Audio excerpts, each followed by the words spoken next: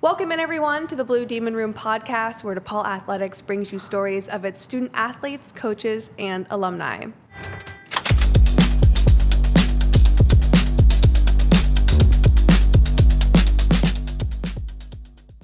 I'm your host, Casey Standahar, and I'm thrilled to introduce our next guest, the manager for DePaul women's volleyball, Erin Conroy, and the student manager for DePaul men's soccer, Nick Krueger. Guys, thank you for being on the show today. No problem. Yeah, I'm very excited to be here. Yeah. I've been looking forward to this since Paul told me I was going to be on it. Nick, I want to go back real quick to when you found out you were on the show. Yeah. Because you said it would be so cool to be on the podcast that you were like manifesting it, and then you did. Yeah, so what happened when this got announced, I was pretty excited because the podcast is just cool. And then I was like to everybody, oh man, I'd love to be on the podcast. That'd be so much fun.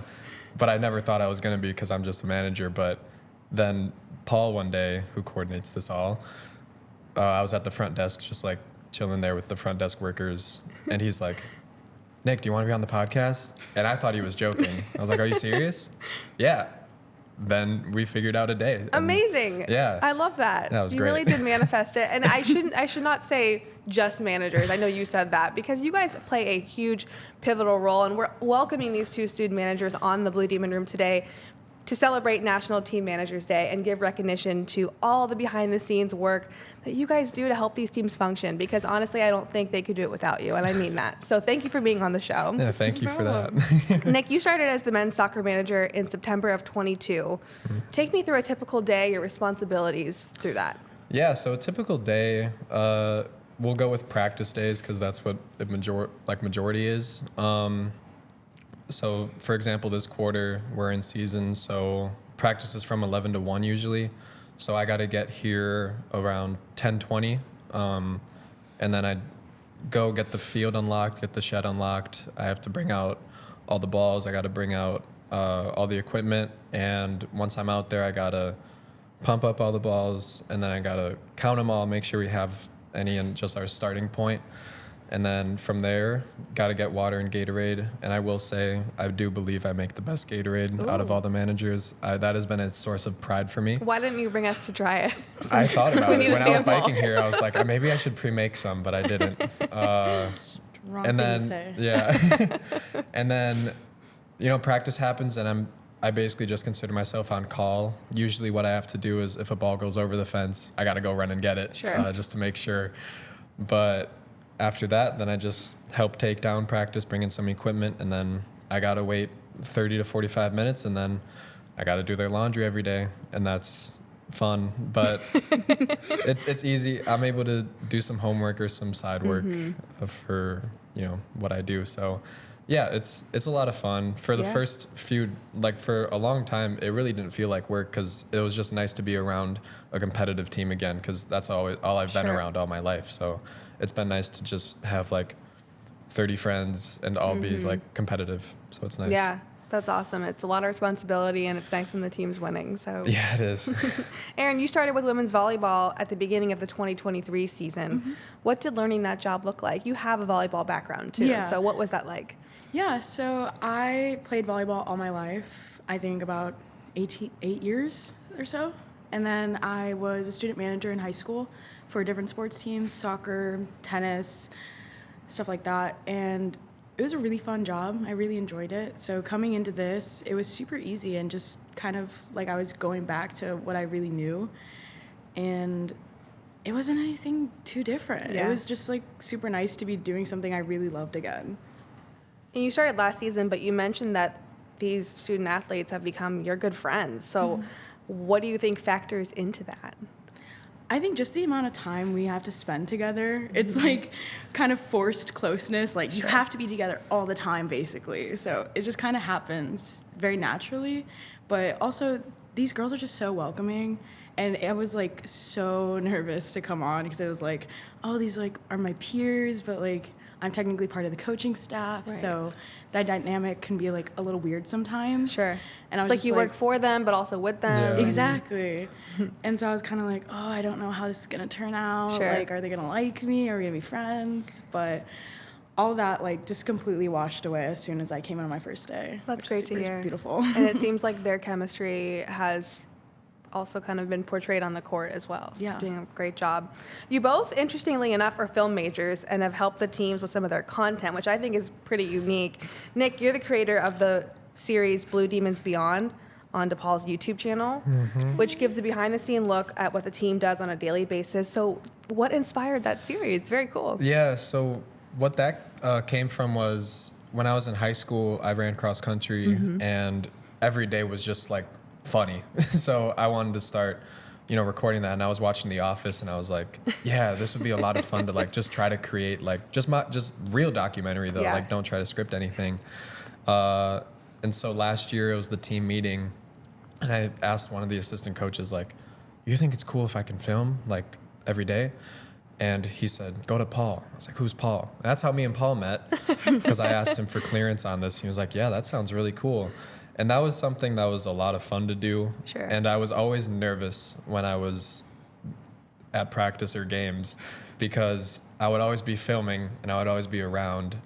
And it was a really delicate balance of how much can I help and how much can I just film. Right. So I was always nervous. This never happened, but I was always nervous about just sometime I'd be filming and Plotty would be like, getting on the guys. And Yeah. then I was always afraid that one of them would just be like, Nick, stop filming. Put the Go camera do down. something else. Like that never happened though, and they loved the series as well. Yeah. The only reason why I didn't continue it was because it was a lot of stress. It was a lot of Yeah. stress to manage that, and especially with the schedule I have now, there was no chance. But the season that I did it, that was a blast, and I love doing it. So sports documentaries, it's a lot of fun for me. Yeah, that's awesome. That vlog style where it's like kind of candid. Yeah, it's I like The basically Office. wanted to like try to mend the like student athlete to student barrier. Sure. I wanted like people to see that, we are all just student athletes as well. I mean, just students as well. So yeah. And you had to edit all this yourself and do all Yeah, the... and I tried to make sure it was at least bi-weekly, so Sure. once every other week, and that was hard. It's a But lot it of was a lot content to fun. sift through. Yeah, because I usually had around 2 hours of footage per week. Wow. So Yeah.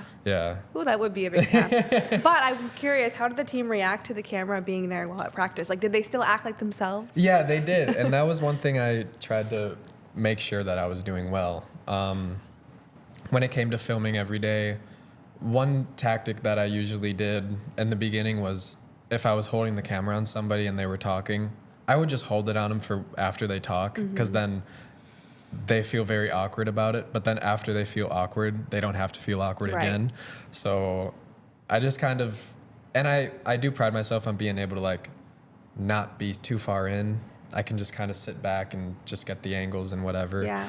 But they loved the episodes as well. I remember the first episode, before it came out, I premiered it to the team in the alumni room, and everybody was just laughing and having a good time. I just wanted them to be able to have the memories. Yeah. And that was another driving force. It's just, I want everybody to be able to show them, like their families, like, this is what I did or this is what I do. So it was just a lot of fun to have that. It's memories, and it's also like pulling back the curtain behind Exactly, the scenes look. yeah. Very cool. Love it. You should bring it back if you have time. I'll try. And Erin, you help out with the team social media during the home games and the away games. You're the photographer. Yeah. Was that initially part of your role, or is that something you kind of just picked up because you have that skill set? So Marie was like, when she brought me in, and she obviously knew I was a film major, and she was like, hey, like, do you have any ideas? And I was like, I'm so glad you asked. You're like, actually, yes. Yeah, exactly. And it was really easy to fall back into it because, like, again, I did it in high school. I was part of yearbook, so, like, I was constantly taking photos. And I was just back into a routine, basically. And it was just super easy to, like, have these ideas because she kind of gave me just, like, total creative freedom, which was super cool. And being able to work with our media team and also, like, bounce ideas off of each other just makes it a very smooth and fun process. Yeah. So both of you have these creative skill sets outside of your team manager duties, but it falls in line with that as well. Does doing those types of things ever make you both want to maybe in the future pursue athletic content creation or anything in the field that's not about management?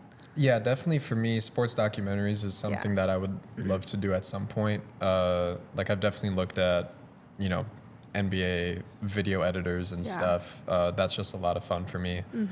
I definitely see myself as potentially doing that, even though that's not what I'm directly pursuing, I Yeah. can definitely see myself at least doing a project here and there. Yeah. Yeah, I totally agree. I just love it so much, and it's a good outlet for me personally, I think. And just being able to get that creativity out into the open is super cool. And my girls are really supportive, so that also like kind of calms me down. Like, okay, people like this. Yeah. Like, It's this is always hard to do good. content when people are not feeling it. Yeah. Exactly. So yeah, I could totally see myself pursuing this. Very cool. Well, you both have the skill sets and you both have that POV to kind of make that happen. So exciting stuff there. And Erin, we mentioned that you travel with the team earlier. You go to almost every away match with them. Yeah.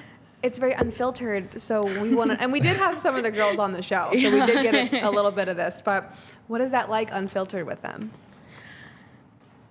It just kind of feels like a big family road trip, honestly. Like, we're all just kind of put together on this kind of insane schedule sometimes. Like, we got to get up at 5 a.m. and get to the airport and, you know, get to wherever we're going and then go to practice and all this stuff.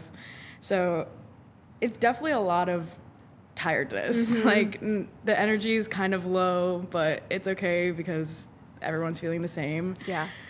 And yeah, it's really normal at this point. It was Yeah. like a little interesting to start traveling last season when I first started, because I was like, oh, like, I don't know how this is going to go. Like, what's going to happen? But now it just feels like, all right, got to go on another trip. Like, Part of your routine. yeah, exactly.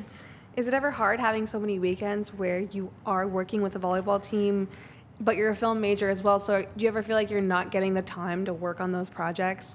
Yeah, for sure. 100%. I mean, there's so many classes that are so hands-on, and having to balance that with the volleyball schedule can be really difficult sometimes, just like with projects being due like the next week and stuff like that, and only having the weekend to shoot, and it's like, oh, I'm actually going to be out of state that weekend. Yeah. So, but yeah, You make definitely do. a hard balance. For Yeah, sure. for sure. Nick, aside from working the games, you do enjoy soccer. Did you grow up playing, and how do you feel like the role the past 2 seasons has changed your view of soccer as a sport? Yeah, I grew up playing soccer until about 6th grade, and then I wanted to really start pursuing baseball and basketball, so I stopped playing soccer, and then I stopped playing baseball, and then I went straight to basketball. And that was in 6th grade, so it's been a while since I did soccer, and that was one of the things they asked me in the interview, like, you know, what's your background with soccer? And I was honest, I was like 6th grade, but it was a lot of fun. But what's been really cool these past 2 seasons is learning like the coaching, the theory behind the strategy, because I definitely didn't go far enough in soccer to learn all these things. Right. So now I've always sat in their like scouts and their pre-games and just like take in everything, Yeah. because it's really fascinating of how even soccer, a sport that looks very like improved, is actually quite highly strategized. And that's been a lot of fun to kind of watch. I love like sports theory and sports strategy, so that's been a lot of fun. And then watching Plotty, Martine, and Scott all coach and their coaching styles, I definitely see myself potentially having like some sort of coaching down the line. So it's been really fun to watch them and just say, okay, this is like some cool stuff that I can just take from. It's actually more calculated, and you can absorb that. Yeah, and Very cool. it's very cool. And we did have Plotty on the show, Yes. and I was telling you that earlier, and it was funny because we had his guys kind of send in questions for him, and these questions were hilarious. I mean, all of them were just like, how'd you meet your wife? What did this happen? So I'm sure you have a lot of fun around those guys. Oh yeah, the team is hilarious. I've always had laughs around them, and we're all honest with each other, which is also a huge thing. So they all hold each other accountable, and they'll hold me accountable. I try to hold them accountable. I just try to see myself as a very good help to the team. Sure. And I don't try to intrude, but I try to at least show my worth, you know? Yeah. And Erin, we talked about this a little bit, but how do you feel like your background in the sport of volleyball gives you a greater appreciation for what these girls are doing? Yeah, so when I got into high school, I was still pursuing volleyball, and I ended up getting cut from my high school team. And so I had a really hard and difficult relationship with volleyball for a while. The coaches had asked me to come back and manage the team after I got cut. Wow. And so that was like I just couldn't do it. And that's why I pursued other sports. But coming to DePaul and just seeing the chemistry between the team, I just was like very drawn to it. And I've been wanting to kind of get back into volleyball for a while. So I was like, oh, like this is so perfect. Like this is gonna be great. And so I definitely have a deep appreciation for this sport and what the girls do with it. They are so talented. And if you see me on the bench or anything during games, I'm very passionate and I have a lot of reactions. That's great. Yeah, I am as well. If you watch, I am screaming my head off. Well, you Exactly. care. Yeah. You guys are so close to it every day. Yeah. I can imagine that. And being a bench warmer in basketball, I know how to clap loud. Sure. So In the media, cartoons, movies, whatever it might be, this role is often kind of has a stigma around it, like, you know, throwing T-shirts or jerseys on your head when they're all smelly. Like, it's kind of that unsung role. So when you see it like that, what is your, both of you, response to that? my first, so I actually talked about this in the interview with them. They were saying, do you have any questions or anything? And they actually tried to nip it in the bud right away. They were like, you know, you're not going to be setting everything up. We like have our guys help out and stuff. And I was Yeah. like, okay, cool. And then at the end they asked for questions. I was like, as long as the guys aren't mean to me, Right. I'm perfectly It's about good for respect. this. Yeah. Yeah. And they said, yeah, you're fine. And I've never had a problem. That's The great. only time it's tough is when I forget to do laundry, which doesn't happen much. It's usually just my schedule gets so packed that I'm like, oh my God, I literally can't. Right. And that's when it gets a little bit rough. And I'm not afraid to admit that I have missed out on laundry a couple times. And it has definitely caused some like, dude, because Yeah. they expect highly, and I don't blame them. They're at a Right. very good school with, you know, very good equipment and just the program itself. So I always feel terrible when that happens. It doesn't happen much, and I've really took that on my shoulder this quarter to be like, I'm not missing a single day of laundry. I'm going to Sure. go extra because this is in season. It's my last season. I really want to do good. That's great. And that has definitely caused some quite early mornings and some very, very late nights. So, It's like by any means, right? But nobody's Yeah. perfect, so I appreciate you owning up to that. yeah. Erin, for you, I mean, what do you feel like when you hear about that stigma or you see it portrayed in shows? And what is your reaction to that? Yeah, I feel like whenever I talk about my job with other people outside of it, it's very much like, oh, like, how's that? And so it's kind of like, well, it's not bad at all. You know, like, as Nick was saying earlier, just like the chemistry with the team, I definitely think plays a big part of it. And being very comfortable with them, we kind of treat each other like really close friends, or like, I would say even sisters at points, just because like how we bicker sometimes. Because it's like, oh, you need this? Why didn't you tell me? I don't know. Like, I thought you just knew. And I was like, how am I supposed to know? And That's what happens when you're that close. Exactly. It's very much like sometimes they expect me to read their mind, and I'm like, how am I supposed to know that? Like, Right. you just need to let me know. So yeah, I think the stigma is like obviously portrayed everywhere. I mean, like even in like Ted Lasso, it's a big thing. It's one of my favorite shows. And it makes a lot of sense as to why people could see that as actually happening in the real world. Like, I'm sure there's other teams that might be happening Right. and stuff like that, but I think the culture around DePaul and just the trainings that we have to go through and be like exemplary. You said that right? Exemplary. Exemplary. Yeah. Kind of be like role models to either other schools or like younger managers that just came in. They hold a really high expectation, Sure. and having to fall into that definitely helps out with how we're treated for sure. And I definitely think the coaches for That sure makes too. sense. Yeah, it definitely comes from the leadership. The coaches are pretty adamant about that. Like I said in the interview, they were pretty strict on it that Yeah. you're not going to get like, you know, abused or whatever. For sure. You're going to be perfectly fine. And I took that personally because I just wanted to be the best manager I could possibly be. Right. But a very valid question to ask in the interview. I mean, obviously the culture at DePaul is great, and you guys wanted to be sure about that. But you mentioned Ted Lasso, Erin. So I want to know, Nick, are you ever compared to Nate from that show? I am not compared to him, but that was also my first thoughts. Just like, man, I don't want to get like, just like, you know, just like to the side or whatever. Sure. But then of course there's always the mind of like, man, what if I am a little bit smart and I could add something? I know I can't, but it's sometimes fun to think about that. Yeah, no, So, I feel like you definitely do. And obviously the nature of the job is pumping balls, doing laundry, making sure there's upkeep with the teams. They can be thankless tasks, we know that. Yeah. But at the same time, you both seem to enjoy the jobs. You're smiling ear to ear. What do you feel like keeps these jobs rewarding and exciting? Erin, I'll start with you. As I'm thinking about it in deep thought, I think just the support that I can provide for the team. Yeah. I think that's what makes me the happiest, and being able to be a shoulder that they can cry on, and kind of just like always being open to talking with them and hearing them out, and just like any support possible for them. I think that's a big, important part of this role. They're going through a lot, and like so am I in my personal life as well.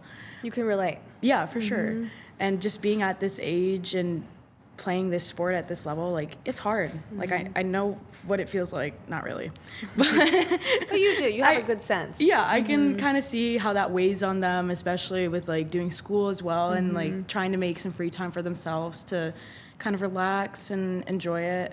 But it gets really hard sometimes. The schedule's super packed, and it's constantly go, go, go, go, go. So I think just being able to be there for them and help them in any way I can. Love that. Nick? yeah, the best way I can compare it is the film world and basically directing. Like when you're the director, if you're ever on a set, you'll see they're only focused on the creative, and that's because of the structure of what it is. The questions start from the bottom and they move up to the top because the director just wants to only focus on the creative. So my job, I take that as, okay, I'm the manager. I need to make sure everything is good and orderly so that they can only focus on the game. Love that. You know, so I want to make sure I get the laundry. I fold the towels are set up. I've started doing towels during games so that they have towels for after. And so it's always just, I want to make sure everything is to the top so that they can only focus on the games. They don't have to worry about any logistical things outside of practice and games. That's great. You're picking up on things that you can kind of adjust throughout the season. Yeah. Very cool.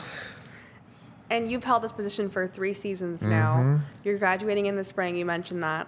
Yep. What would you tell folks at home listening, or your teammates, or anyone on the team, kind of, what would you say the best part of that job is?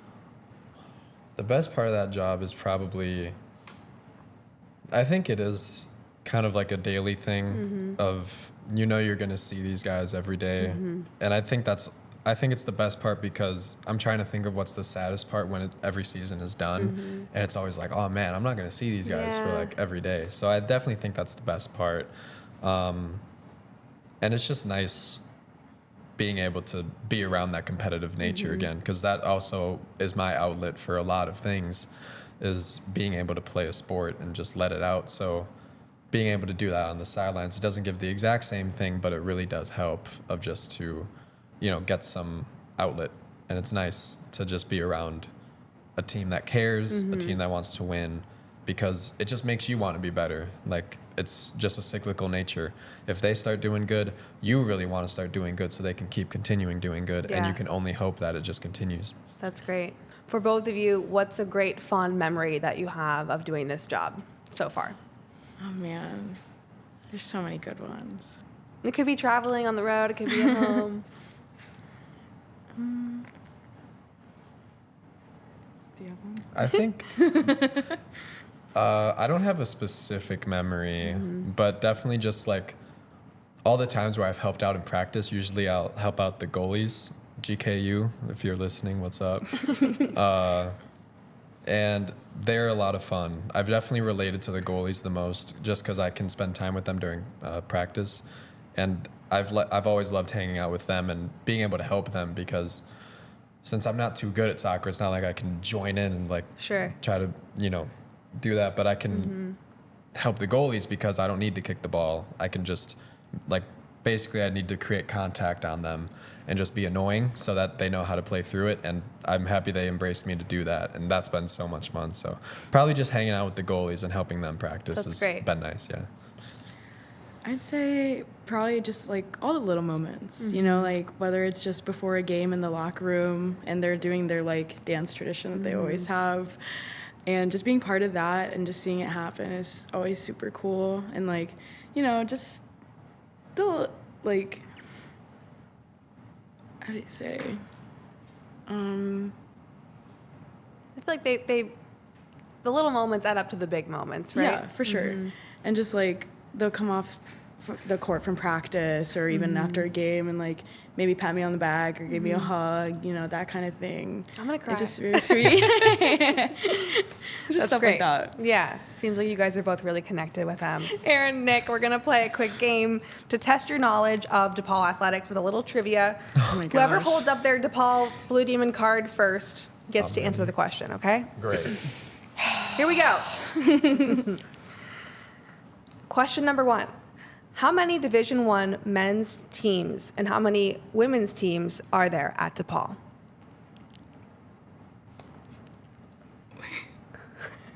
We're counting. Anyone want to answer? I think, Wait, you have to pull up your card. is it 5 and 4? That is 5 men's? incorrect. Okay. We need the buzzer. Oh my gosh, wait. I have to do it separately. Wait. Okay. Like separate teams, like men's and women's. Yeah, how many men's Okay. teams, how many women's teams? Okay. We're not off to a good start. I feel like we should know this.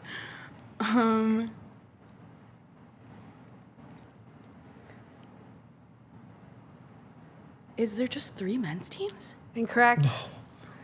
You guys, there are 7 men's teams and 8 women's teams. 7 and 8. I was trying to That's a think lot. of in the front desk, by the front desk in the front I of this building, they have them all laid know. out. Oh And my God. Moving whenever I'm on. bored, I try to look at them. Is there 3? They're very focused on your own. That's fine. Yeah. Okay, next question. Name 3 other teams in the Big East Conference. Erin, you had it first. UConn, Georgetown, Marquette. There you go. Very good. Those are 3. True or false? DePaul once had a football team. I Nick? believe that's true. That is Way true. back in the day. They Yeah. did. I did not know that. I was just Wow. gonna guess. In like the 50s, I think. Next question. Serious. Until Okay. what year did they stop having a football program? Can I guess a decade first? And Sure. then- okay, 60s? Actually, no. It was 1939. Oh. Yeah. Wow. It was a long time That's ago. crazy. Way Yeah. back. But I knew it was way back. Next question. Of the 15 different teams at DePaul, only 5 play on campus. Which teams are those and where do they play? Nick? So for games, where do they play? Yes. Men's and women's basketball plays at Wintrust Arena. Women's volleyball plays at McGrath Phillips Arena. And then men's and women's soccer play at Wishfield. Okay, yes, but it was the ones that play on Is campus. it on campus? Oh, on campus. Yeah. Okay, yeah. We'll give you an My bad. adjustment. Thank you. Oh, man. Which of those 3 are on campus? Soccer. Not basketball. Volleyball. Yes. So soccer, volleyball, and softball. Softball. Correct. Man. We got there. I was waiting so patiently. What was the last time DePaul women's basketball made it to March Madness? Nick? I believe this was my first year. It was before 2021. 2022. Yeah. Close. Ah, Okay. What month of this year was men's basketball head coach Chris Holtman hired at DePaul? Nick? March. It was March. Do anyone know the date? Extra bonus points for the date? I wish I could check my story archives. It's like- but I think It was late March. it was I think it was right around St. Patrick's Day. You know too much. It was I care about DePaul. I think it was March 15th if It I'm was going the to guess. 14th. Very Oh. close. Very close. Yeah. All right. As of filming today, DePaul men's basketball team has had one exhibition game against Illinois Wesleyan. Who won that game? That was close. Erin, I'll give that one to you. DePaul.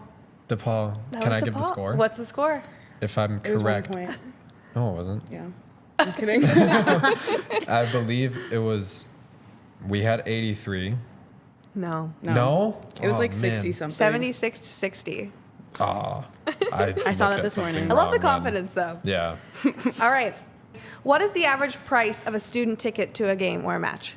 Nick? Average? Yeah. Wait, for what game? For Any a game. sports game. Oh. Student ticket. Student ticket? Free. Correct. That's great. Thank you, Nick and Erin, for being on for National Managers Day. We appreciate all the work you guys do. Thanks for coming on the podcast and having some fun with us. Yeah, We thank appreciate you it. very having much. us. It's been a blast. Absolutely. Well, we will see you guys next time on the next episode of the Blue Demon Room.